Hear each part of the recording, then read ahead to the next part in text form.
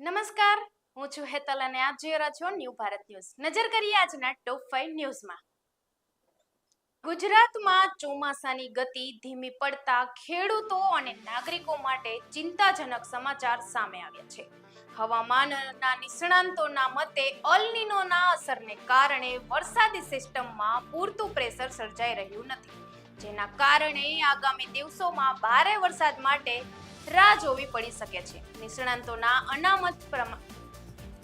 અનુમાન પ્રમાણે ઓગસ્ટના અંતિમ દિવસોમાં વરસાદમાં નવો રાઉન્ડ શરૂ થવાની શક્યતા છે. જો કે સપ્ટેમ્બરમાં ભારે વરસાદની શક્યતા ઓછી હોવાનું અનુમાન છે. બીજી તરફ સાયક્લોનિક સર્ક્યુલેશન અને વેસ્ટર્ન ડિસ્ટર્બન્સના અસરથી રાજ્યમાં હળવાથી મધ્યમ વરસાદની શક્યતા છે. કેટલાક વિસ્તારોમાં 40 થી 50 કિલોમીટર પ્રતિ કલાકની ઝડપે પવન સાથે વરસાદી ઝાપટા પડી શકે છે. અમદાવાદ સહિત સૌરાષ્ટ્ર, કચ્છ અને ઉત્તર દક્ષિણ ગુજરાતમાં વરસાદી માહોલ રહી શકે છે.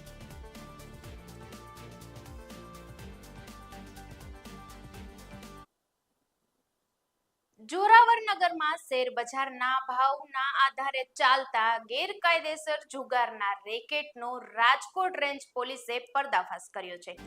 રાજકોટ રેન્જ ટીમે એક પોલીસ કર્મચારીના રહેણાંક મકાન પર દરોડા પાડી 6 આરોપીઓને ઝડપી પાડ્યા છે.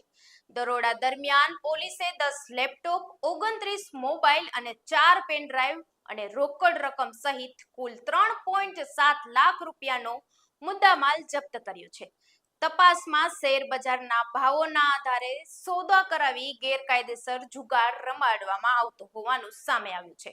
આ મામલે પોલીસે કર્મચારી સહિત કુલ 23 આરોપીઓ સામે જોરાવરનગર પોલીસ સ્ટેશનમાં જુગારધામ હેઠળ ગુનો નોંધાવવામાં આવ્યો છે. સમગ્ર રેકેટ અંગે પોલીસે વધુ તપાસ હાથ ધરી છે.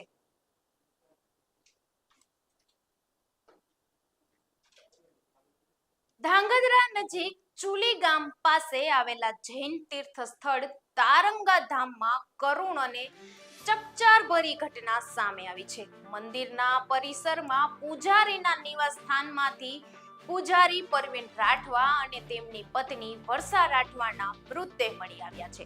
પ્રાથમિક તપાસમાં પત્નીના માથાના ભાગે ગંભીર ઈજાના નિશાન મળી આવ્યા છે.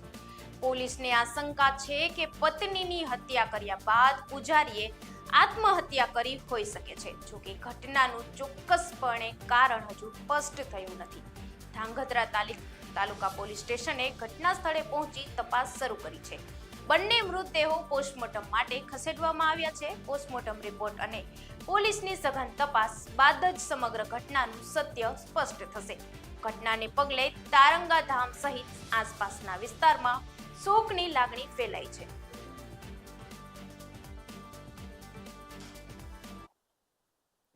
જામનગરના લાલપુર તાલુકાના આરબલ્સ ગામની સીમમાં પોલીસે વિદેશી દારૂના જંગી જથ્થા પર દરોડો પાડી મોટી કાર્યવાહી કરી છે. એક વાડીમાંથી પોલીસે 9024 બોટલ વિદેશી દારૂ અને 18000 ઢાંકણા સહિત ટ્રેક્ટર, ટ્રોલી અને કન્ટેનર કબજે કર્યો છે. સમગ્ર મુદ્દામાલની કુલ કિંમત 1,30,00,000 થી વધુ હોવાનું સામે આવ્યું છે. પોલીસના દરોડા બાદ વાડી માલિક સહિત કુલ 6 આરોપીઓ ફરાર થઈ ગયા છે, જેમની શોધખોળ હાથ ધરવામાં આવી છે.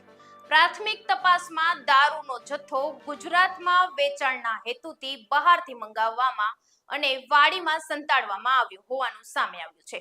લાલપુર પોલીસે ગુનો નોંધી દારૂના જથ્થાનો સ્ત્રોત અંગે વધુ તપાસ શરૂ કરી છે.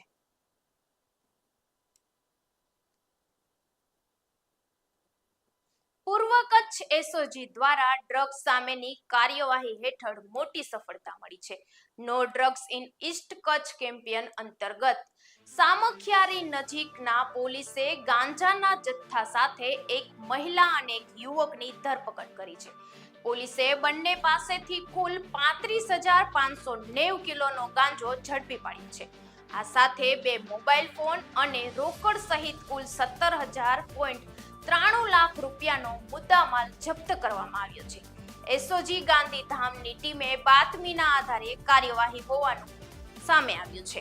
ઝડપાયેલા બંને આરોપીઓ સામે એનડીપીએસ એક્ટ હેઠળ ગુનો નોંધવામાં આવ્યો છે. સમગ્ર મામલાની વધુ તપાસ સામખિયારી પોલીસને સોંપવામાં આવી છે અને ગાંજાનો જથ્થો ક્યાંથી લાવવામાં આવ્યો હતો તથા કોને પહોંચાડવાનો હતો તે અંગે તપાસ હાથ ધરાઈ છે.